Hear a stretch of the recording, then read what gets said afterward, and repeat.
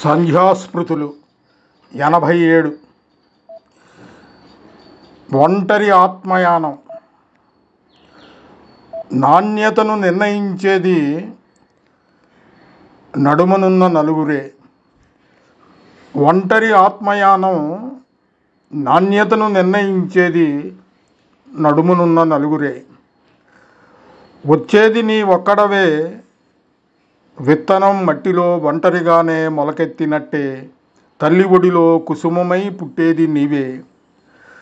పోయేది నీ ఒక్కడవే, నది జలధార సముద్రంలో కలిసినట్టే అన్నీ వదిలి నిశ్శబ్దంలో లీనమయ్యేది నీవే.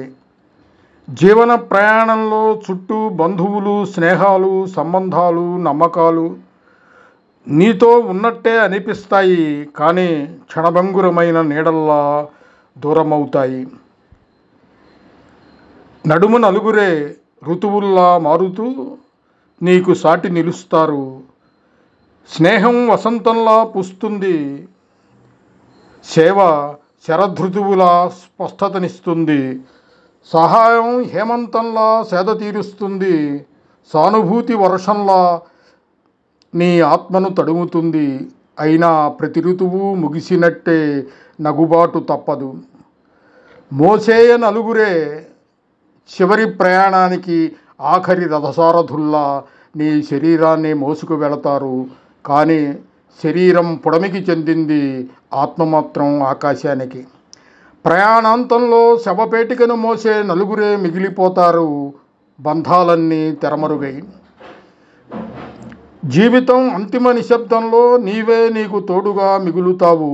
జీవితం ఒక స్వప్నమాలిక, ప్రతి బంధం ఒక పువ్వు, ప్రతి కష్టం ఒక ముళ్ళు, ప్రతి అనుభవం ఒక పరిమళం, మిగిలేది ఆత్మానుభవమే. జీవితం ఒక రంగస్థలం, పాత్రలు వచ్చిపోతాయి, చివరి వరకు నటించే నటుడు మాత్రం నీవే. జీవితం ఒక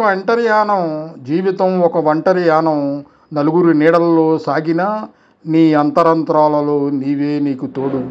జీవితం ఒక ఒంటరి యానం, నలుగురు నీడల్లో సాగినా నీ అంతరంతరాల్లో నీవే నీకు తోడు. నలుగురు చుట్టూ తిరుగుతున్నా వస్తావు ఒంటరిగా, వెళతావు ఒంటరిగా. మధ్యలో నడిచేది ఒక మహాకావ్యం, అది నీవే రాసుకునే జీవన గాథ. కళం గళం కొండముది సుబ్బారావు.